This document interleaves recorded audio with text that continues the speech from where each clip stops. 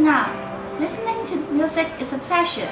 People often listen to music with beautiful melodies to relax themselves from their stressful lifestyle. Yet, living in the hustle and bustle of a big city like Hong Kong, noise seems to be inevitable.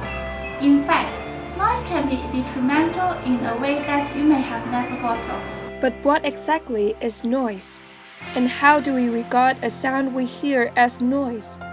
According to the Oxford Dictionary, noise is a sound that is loud or unpleasant, or that causes disturbance.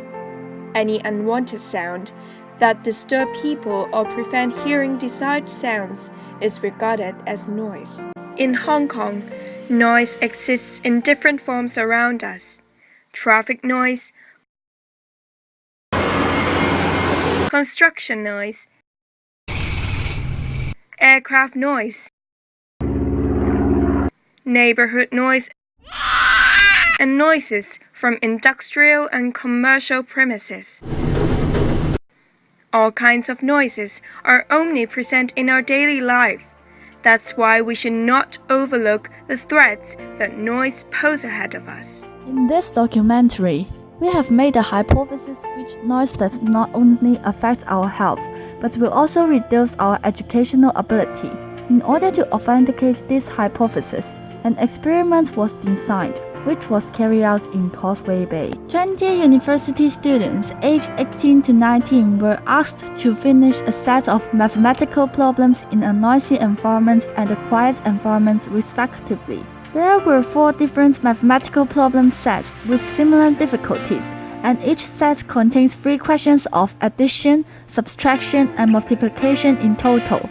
First, we picked the ground floor near Sogo as the noisy place and recorded the decibel level of the noisy environment, where participants need to finish one of the problem set, which was given to them randomly. The time taken by each participant to finish the problem set was recorded. Afterward, the same group of participants was moved to the Hong Kong Central Library, which was the quiet place we chose.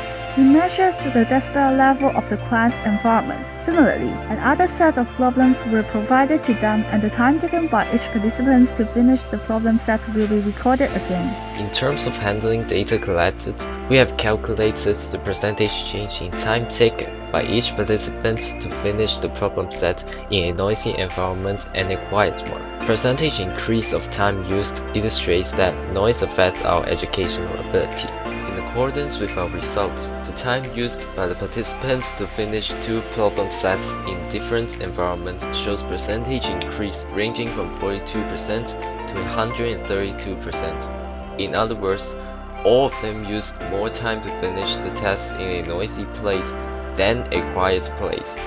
This result highlights that noise can affect people's ability to concentrate on solving logical problems. According to the cross-national study done by Range Study Team in 2005, it showed that aircraft and road traffic noise bring harm to children's cognition and health. Meanwhile, another research, which was published in the Journal of Experimental and Social Psychology in 1973 and 1980, also stated that children living near noisy highways in Los Angeles had lower reading scores, and children living near a major airport there had more difficulty in solving cognitive problems. Other researches also support that noise reduces children's cognition and their educational ability, which matches our hypothesis.